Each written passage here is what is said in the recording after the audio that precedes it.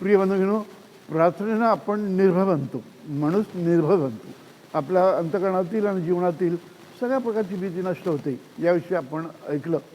प्रार्थनेमुळे आणखी काय घडतं तर प्रिय बंधूंनो, निर्भय आनंद, आंतरिक शांतीचा अनुभव आपल्याला येतो. आपल्या सगळ्यांना आनंद हवा असतो, सुख हवं असतं. आपल्या सगळ्यांना आनंदी व्हायचं असतं, आनंदी जीवन जगावं, सुखी जीवन जगावं असं आपल्याला सगळ्यांना वाटतं. सुख मिळालं का हो बाजारी, सुख मिळालं का हो शेजारी, आनंद मिळेल का हो बाजारी, आनंद मिळेल का हो शेजारी, सुख पाहता जवा पाडे इतकं पर्वत एवढं. आपण बघतो सगळीकडे दुःख आहे, वेदना आहेत, आक्रोश आहेत, रक्तपात आहे, संघर्ष आहेत, युद्ध आहेत. मग आनंद कुठे आहे?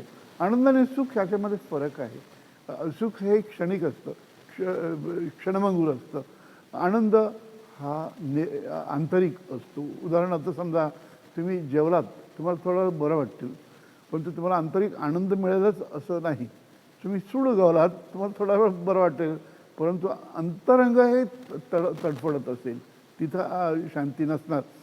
पण शांती हिचं उगमस्थान कुठं आहे? शांती कुठं आहे प्रिय बंधूंनो? प्रभू ख्रिस्ताने सांगितलं की मी माझ्या पित्यावरती प्रेम करतो, मी प्रेम करतो आणि त्याच्या आज्ञा पाळतो. आणि तुम्ही माझ्यावर प्रेम करत असाल तर तुम्ही माझ्या आज्ञा पाळा.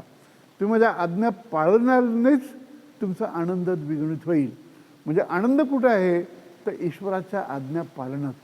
ईश्वराच्या आज्ञा पाळणं म्हणजे काय? नैतिक जीवन जगणं, अनैतिकतेपासून दूर राहणं, सत्कर्म करणं, दुष्कर्मापासून दूर राहणं. तर आनंद प्रिय बंधूंनो हा कशामध्ये आहे? व्यक्तीत नाही, शक्तीत नाही, संपत्तीत नाही, पदामध्ये नाही, कुठंच आनंद नाही. तो आंतरिक आहे आणि ईश्वराचा आनंदाचा स्रोत आहे. आपण जेव्हा ईश्वराच्या सहवासामध्ये जातो, हळूहळू त्याच्या सहवासात गेल्यानंतर तर आपल्या अंतःकरणामध्ये पवित्र आत्मा ओततो, पवित्र आत्मा ओततो आपल्या अंतःकरणामध्ये. आणि हा जो पवित्र आत्मा प्रिय बंधूंनो, ह्या आनंदाचं उगमस्थान आहे. प्रकाश कुठं आहे? जिथं सूर्य आहे तिथं प्रकाश आहे. म्हणून आनंद कुठं आहे? जिथं नैतिकता आहे, म्हणजे तिथे ईश्वर आहे. म्हणजे जिथं ईश्वर आहे तिथं आनंद आहे. पवित्र आत्मा हे आनंदाचं उगमस्थान आहे. आनंदाचं उगम पवित्र आत्म्याच्या कृपावर्षामध्ये होत असतो. आणि म्हणूनच प्रिय पवित्र आत्म्याने परिपूर्ण होण्यासाठी आपण ईश्वराच्या सहवासात जाणं, सतत जाणं म्हणजेच प्रार्थनेमध्ये असणं हे आवश्यक आहे. आपण समजा प्रिय आपण अनैतिकतेमध्ये अजिबात आनंद नाही. तुम्ही किती खोकी पैशाने भरलेली, भरभरून असलेली घरी आणली, त्याने तुम्हाला अजिबात आनंद प्राप्त होणार नाही. कुठंतरी तुम्हाला रुखरुख वाटणार, कुठंतरी ते टोचत राहणार की मी बरोबर काही केलेलं नाही.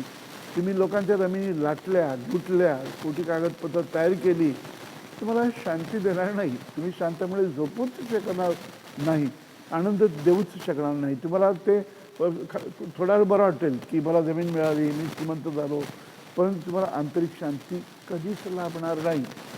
समजा लग्न झालं आणि पती पत्नीशी जर एकनिष्ठ असेल किंवा पत्नी पतीशी एकनिष्ठ नसेल तर एकनिष्ठमध्ये आनंद आहे. एकनिष्ठ जर ते असले तरच आनंद घरामध्ये पसरत असतो.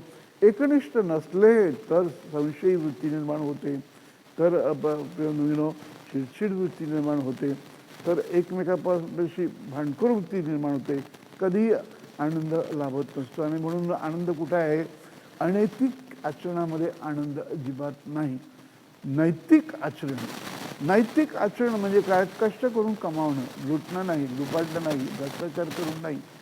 नैतिक आचरण म्हणजे काय? तर पत्नी पत्नीशी एकनिष्ठ राहणं, आपली लाईन बदलणं नाही, दुसऱ्याशी स्नेहसंबंध प्रस्थापित करणं नाही. नैतिक आचरण म्हणजे काय की मी परीक्षेला गेलेलो आहे तर तिथं अभ्यास करून प्रश्नांची उत्तरं लिहिणं, कॉपी करून नाही. कॉपी अनैतिक आहे ना. तर प्रिय कॉपी केली आयुष्यभर तुम्हाला करणार की मी खऱ्या अर्थाने हे जे मार्क्स आहेत ते माझे नाहीत, ओके, ते मी चोरलेले आहेत. ती चोरी आहे एका प्रकारे ना. आणि म्हणून प्रिय ईश्वरच आनंदाचा स्रोत आहे. आणि याची उदाहरणं आपल्याला खूप उदाहरणं आहेत. जेव्हा ईस्टरच्या दिवशी, पुनरुत्थानाच्या दिवशी मेरी मॅगडलेना रडत रडत, ओक्साबोक्शी रडत ती कबरेकडे गेली होती. येशूच्या शरीराला प्रेताला सुगंधी द्रव्य लावण्यासाठी. आणि जेव्हा येशू ख्रिस्त तिला भेटतो आणि तो हाक देतो, मरिये, त्या एका हाकेनं तिचं सगळ्या आक्रोशाचं रूपांतर जल्लोषामध्ये होते. ती आसवं आटतात आणि तिचा हसू निर्माण होतं आणि त्या आनंद अतिशयाने ती धावत पळत शिष्याना सांगते की तो उठलेला आहे, त्याला मी पाहिलेला आहे आणि तो गॅलिलीमध्ये गेलेला आहे, तो जिवंत आहे. हा आनंद प्रिय. 2 शिष्य पुनरुत्थानानंतर म्लानमुख होते, असं आपण ऐकतो. म्लानमुख, दुःखी एकदम, की सगळं काही संपलं. आमच्या स्वामीला त्यांनी मारलं, येशू ख्रिस्ताला त्यांनी क्रुसात खिळलं, आता सगळं काही संपलं. ते आपल्या गावी परत जातात. अमावास्येला जाताना येशू ख्रिस्त त्यांना भेटतो, त्यांच्याशी सुसंवाद साधतो.